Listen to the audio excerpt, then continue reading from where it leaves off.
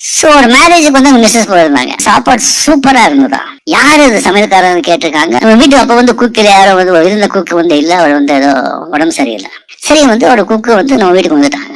சூப்பரா சமைக்கிறாங்க, செம்ம டேஸ்ட். இப்படியே வந்து சாப்பிட்டுட்டு இருக்கோம். பட் 2 பேருக்கும் வந்து பிபி ஏறிட்டே இருக்கு. என்னடான்னு பாக்குறோம், டாக்டர் இது எல்லாம் டெஸ்ட் பண்றோம். என்ன பார்த்தோம்னா பிபி என்னடா இது, பிபி ஏறிட்டு 2 பேரும் ஏறிட்டாரு. நல்ல ஃப்ரெண்டு வந்து இருக்காங்க, அவங்கள வந்து சாப்பாடு வீட்டுல கூப்பிட்டு இருந்தேன். ஸோ சாப்பாடு சாப்பிட்டு எப்படி இருக்கு சாப்பாடுன்னு சொன்னா மத்தவங்க சாப்பிட்டு இருக்காங்க. பட் வந்து உப்பு ஜாஸ்தியா இருக்கு, ஆயில் ஜாஸ்தியா இருக்கு அப்படின்னு சொல்ல முடியாதுல்ல. நல்லா இருக்கு நல்லா இருக்கு சொல்லிட்டு அப்புறம் பேசிக்குவாங்க. எங்க ஃப்ரெண்டா மூஞ்சி மேலே சொல்லிட்டாங்க, ஏன்னா இவ்வளவு உப்பு இருக்கு, இவ்வளவு ஆயில் இருக்கு, எப்படி சாப்பிடுறீங்க அப்படி சொல்லி வருஷக்கணக்கா சாப்பிட்டுட்டு இருக்கோம் நம்ம வந்து. அதுக்கப்புறம் உடனே கூப்பிட்டு அது சேஞ்ச் பண்ணி அதுக்கப்புறம் தான் பிபி எல்லாம் கம்மியாச்சு.